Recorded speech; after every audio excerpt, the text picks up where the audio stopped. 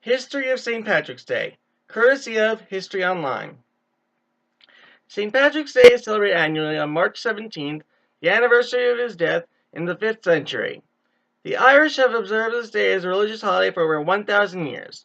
On St. Patrick's Day, which falls during the Christian season of Lent, Irish families would traditionally attend church in the morning and celebrate in the afternoon. Lenten prohibitions against the consumption of meat were waived, and people would dance, drink, and feast on the traditional meal of Irish bacon and cabbage.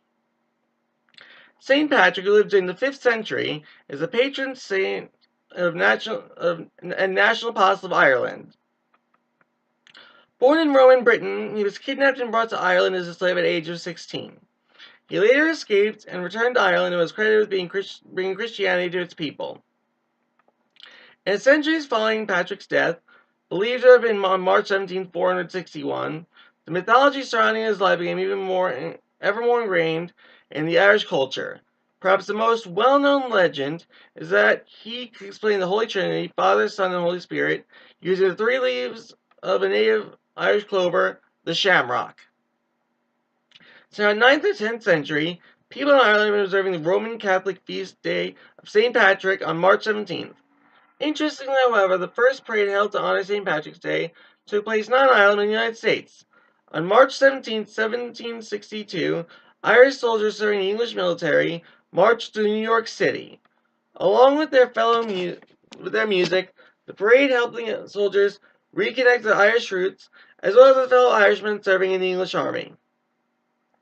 Over the next 35 years, Irish patriotism among American immigrants flourished, promoting the rise of so-called Irish Aid societies like the Friendly Sons of St. Patrick and the Hibernian Society.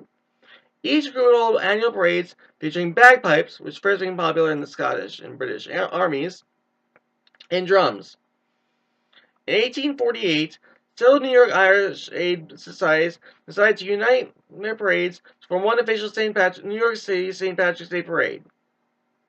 Today, that parade is the world's oldest civilian parade in the large United States, with over 150,000 participants.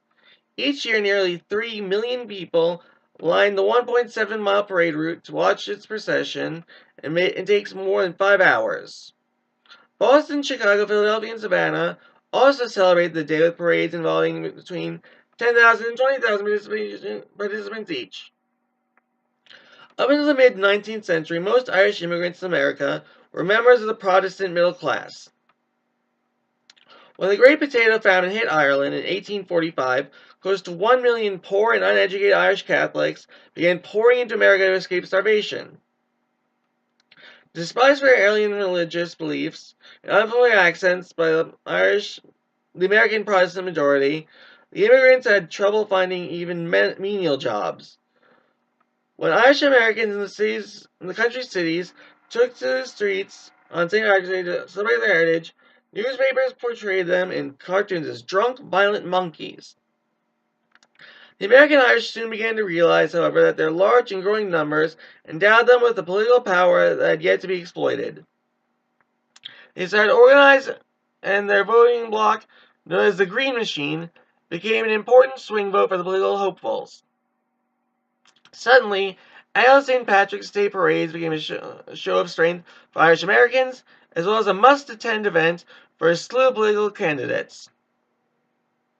In 1948, President Harry S. Truman attended New York City St. Patrick's Day parade, a proud moment for the many Irish Americans whose ancestors had had to fight stereotypes and racial prejudice to find acceptance in the New World.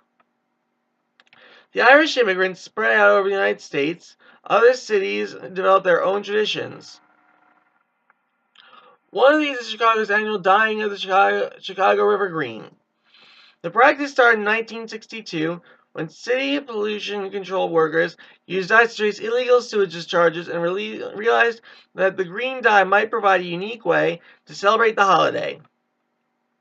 That year, they released 100 pounds of green vegetable dye into the river, enough to keep it green for a week. Today, in order to minimize environmental damage, only 40 pounds of dye are used, and the river turns green for only several hours. Although Chicago historians claim their city's idea for River Green was original, some natives of Savannah, Georgia, whose St. Patrick's Day parade, the oldest in the nation, dates back to 1813, believe the idea originated in their town.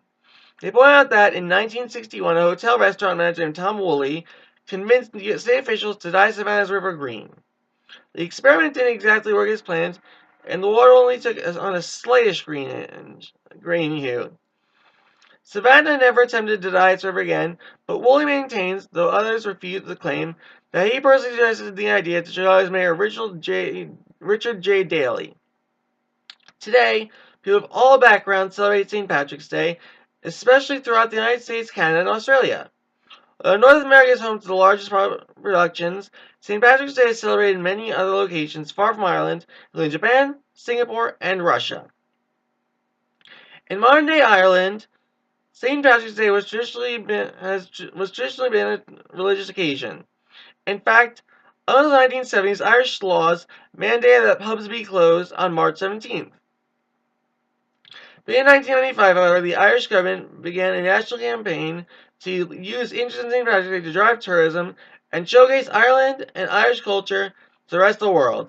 Today, approximately 1 million people annually take part in Ireland's St. Patrick's Day Festival in Dublin, a multi-day celebration featuring parades, concerts, outdoor theater productions, and fireworks shows.